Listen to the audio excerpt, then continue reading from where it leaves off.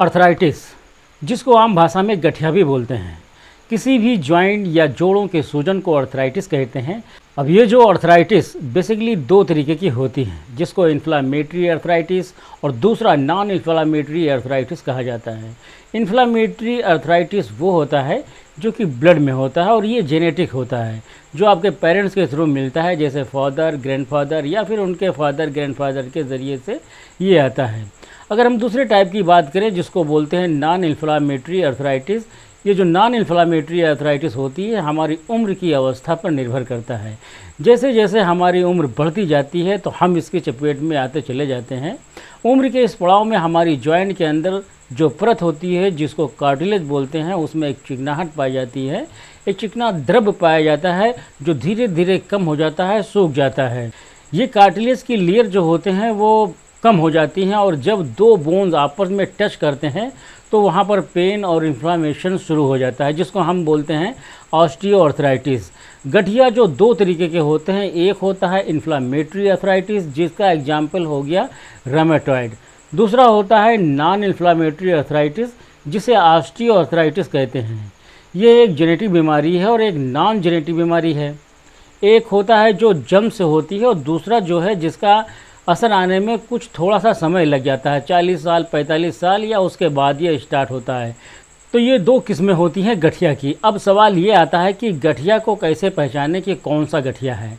Inflammatory arthritis जैसे कि rheumatoid के जो लक्षण होते हैं, उसमें क्या होगा कि स्मॉल जॉइंट से शुरू होता है।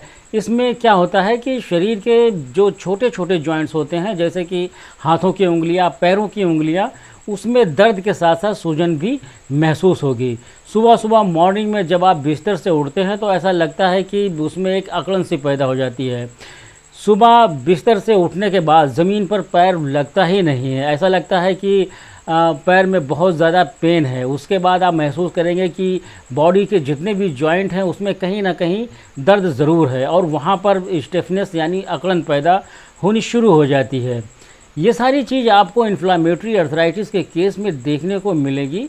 नॉन इन्फ्लामेटरी अर्थराइटिस यानी कि ऑस्टियोआर्थराइटिस की अगर हम बात करें तो इसकी शुरुआत आपके घुटनों से होती है।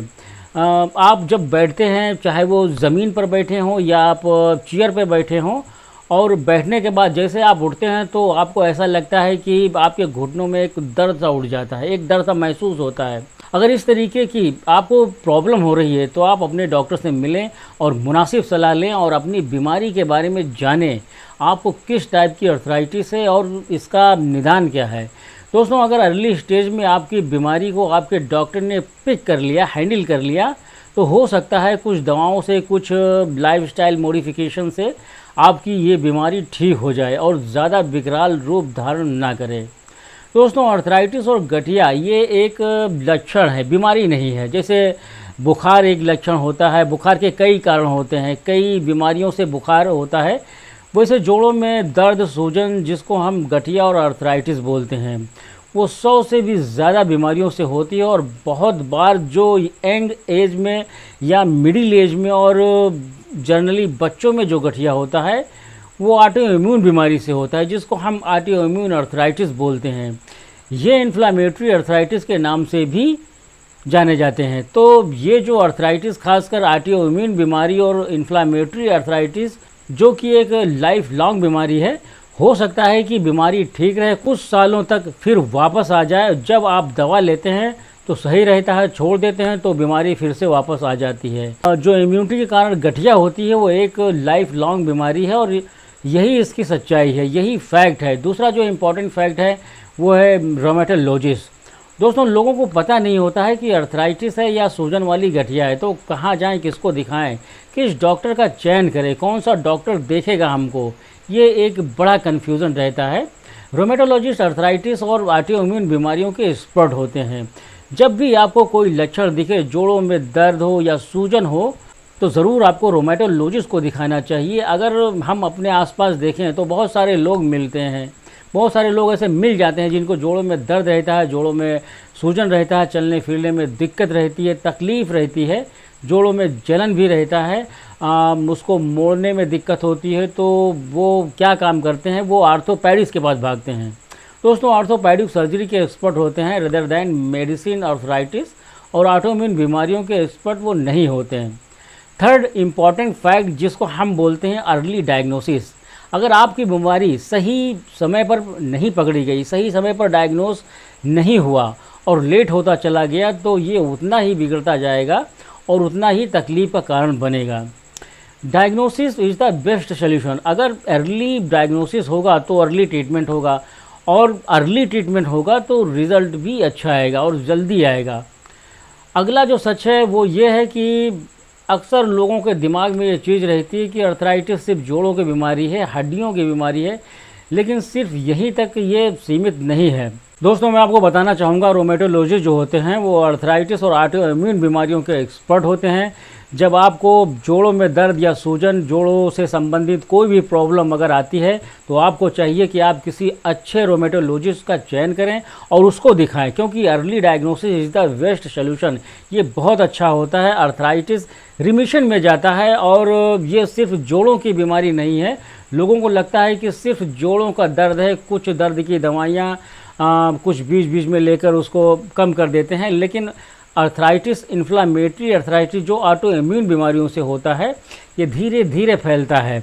तो आपकी मल्टीपल जॉइंट्स में धीरे धीरे स्टिफनेस, सूजन आने लगती है।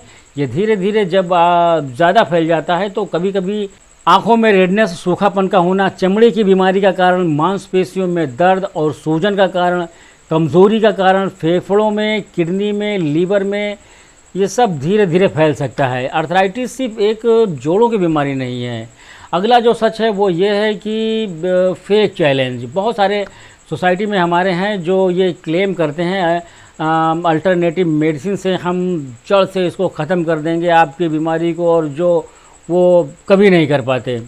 लोग उनके पास भरोसे से जाते हैं, दवाइयाँ लेते हैं, उनके हाथ पैर टेढ़े हो जाते हैं। बहुत बार मरीज़ की कहानी ऐसी होती है कि सर हम तो दवा ले रहे थे लेकिन हमारे हाथ पैर टेढ़े होते चले गए, दर्द होता रहता है, दर्द में कमी थोड़ी बहुत रहती है लेकिन टेढ़ापन नहीं गया, और लंग्स में फाइब्रोसिस भी होने लगता है। तो इसलिए फेक क्लेम से, फेक चैलेंज से बचना होगा। अगर कोई बोलता है कि अर्थराइटिस जो ऑटो इम्यून बीमारी की वजह से है, या खासकर जो इन्फ्लामेशन, सूजन वाली गठिया है, उसको वो जड़ से ख़त्म कर देगा और दोबारा ज़िंदगी भर आपको ये बीमारी नहीं आएगा, तो ये एक फेक क्लेम है और इसको दवाइयों के साथ कंट्रोल किया जा सकता है, रिमिशन में लिया जा सकता है, लेकिन हमेशा के लिए, ज़िंदगी भर के लिए कुछ दवाइयों से हमेशा के लिए ख़त्म नहीं किया जा सकता।